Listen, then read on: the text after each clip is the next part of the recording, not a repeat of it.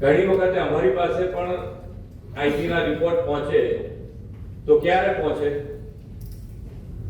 કે થઈ ગયા પછી પહોંચે।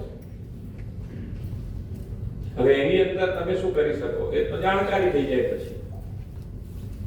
પછી જાણકારી થઈ જાય, આપણે એના એક્શને કરીએ, બધુંય કરીએ પાછળ, પણ એના પહેલા આપણને જો ઇન્ટેલિજન્સ છે, એટલે ઇન્ટેલિજન્સ પ્રજાજનોનો તમે જેટલો વિશ્વાસ વધુ ને વધુ કેળવો એટલો તમને ફાયદો થવાનો છે। કોઈ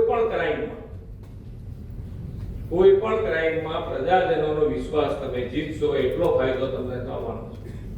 એ જ આપણી આઈડી પ્રજા તમને કોઈ બી આઈ ગમે ત્યારે કંઈક કહી જાય, ઝડપથી કહી જાય, કામ કેમ કહી જાય તમને તો કે ભાઈ તમારામાં વિશ્વાસ છે, તમે તરત એક્શન કરશો।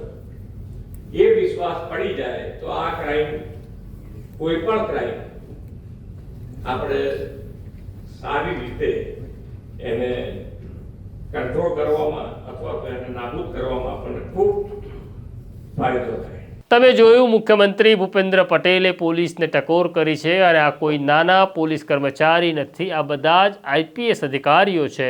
તેમને કહ્યું કે સ્વભાવ સુધારવો ખૂબ જરૂરી છે।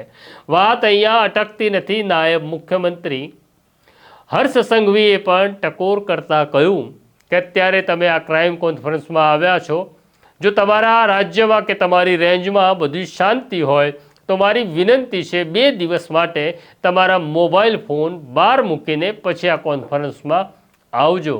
તેમણે કહ્યું કે અનેક જિલ્લાઓમાં ખૂબ સરસ કામ થઈ રહ્યું છે, નાના આઈપીએસ અધિકારીઓ પણ સરસ કામ કરી રહ્યા છે, પણ એના માટે આ કામને બિરદાવવા કે આ કામમાંથી શીખવા માટે તમારે તમારો અહંકાર પણ ફોનની સાથે બહાર મૂકીને આવવો પડશે।